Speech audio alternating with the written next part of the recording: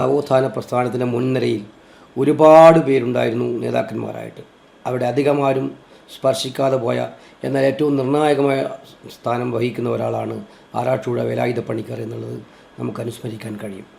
നമുക്കറിയാം, ജാതിചിന്തകൾ കുടികുത്തി വാണ കാലഘട്ടത്തിൽ ക്ഷേത്രപ്രവേശനം എന്ന് പറയുന്നത് ഉയർന്ന ജാതിക്കാർക്ക് മാത്രമാണെന്ന് നിശ്ചയിച്ചിരുന്ന കാലഘട്ടത്തിൽ അതിനെതിരായിട്ടുള്ള പോരാട്ടം അദ്ദേഹം നടത്തിയെന്നുള്ളത് ഏറ്റവും സ്മരണീയമായ കാര്യമാണ്. നമുക്കറിയാം, അദ്ദേഹം സമ്പന്ന കുടുംബത്തിൽപ്പെട്ട് ജനിച്ച ഒരാളായിരുന്നു. സമ്പന്ന കുടുംബത്തിൻ്റെ എല്ലാ പ്രൗഢിയും ഉണ്ടായിട്ടും അതെല്ലാം വലിച്ചെറിഞ്ഞ് സമൂഹത്തിൽ താഴെത്തട്ടിലുള്ള ആളുകളുടെ മോചനത്തിന് വേണ്ടി അവരുടെ പ്രയാസങ്ങൾ പരിഹരിക്കുന്നതിന് വേണ്ടിയിട്ടുള്ള ശക്തമായിട്ടുള്ള പോരാട്ടമായിരുന്നു വേലായുധ പണിക്കരുടെ ഭാഗത്തുനിന്നുണ്ടായത് എന്നുള്ളത് ചരിത്രം രേഖപ്പെടുത്തിയിട്ടുണ്ട്.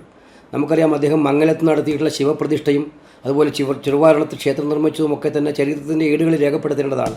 ഇത് ശ്രീനാരായണ ഗുരുദേവൻ അരുവിപ്രതിഷ്ഠ നടത്തുന്നതിന് എത്രയോ കാലം മുമ്പായിരുന്നു എന്നുള്ളതാണ് ഏറ്റവും ശ്രദ്ധേയമായിട്ടുള്ള കാര്യം. അന്നത്തെ കാലഘട്ടത്തിൽ എല്ലാ എതിർപ്പുകളെയും അതിജീവിച്ചുകൊണ്ട് അവഗണിച്ചുകൊണ്ട് ധൈര്യമായിട്ട് മുന്നോട്ട് വന്ന് പോരാടിയതിൻ്റെ ധീരരക്തസാക്ഷിയാണ് ആറാട്ടുപുഴ വേലായുധ പണിക്കർ എന്നുള്ളത് ഇന്ന് നമുക്ക് അഭിമാനം കൊള്ളാവുന്ന കാര്യമാണ് എന്നുള്ളതിന് സംശയമില്ല. അദ്ദേഹത്തിൻ്റെ 200ാമത് ജന്മദിന പരിപാടികൾ വളരെ വിപുലമായ തോതിൽ ആഘോഷിക്കപ്പെടുന്ന വേളയിൽ ആ ആഘോഷ പരിപാടികൾക്ക് എല്ലാവിധ ആശംസകളും നേരുകയാണ്.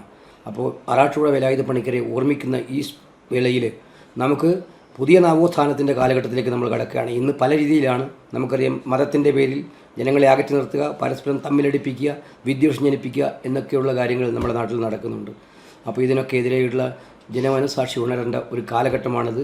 അന്നത്തെ കാലഘട്ടത്തിൽ നമുക്കറിയാം, ഒന്നും പ്രതീക്ഷിക്കാതെ എല്ലാം ത്യജിച്ചുകൊണ്ട് ധീരമായ പോരാട്ടം നടത്തി സാമൂഹ്യ നവോത്ഥാനത്തിന് തിരികൊളുത്തിയ പ്രഗത്ഭമതികളായ ആളുകളായ വേലായുധ പണിക്കരുടെ 200ാമത് ജന്മദിന വാർഷികം വിപുലമായി ആഘോഷിക്കുന്ന കമ്മിറ്റിയെ ഞാൻ അഭിനന്ദിക്കുകയാണ്. ഇത് നമ്മുടെ പുതിയ തലമുറയ്ക്ക് അദ്ദേഹത്തിൻ്റെ ജീവിതചരിത്രം പാഠമാകേണ്ടതാണ്.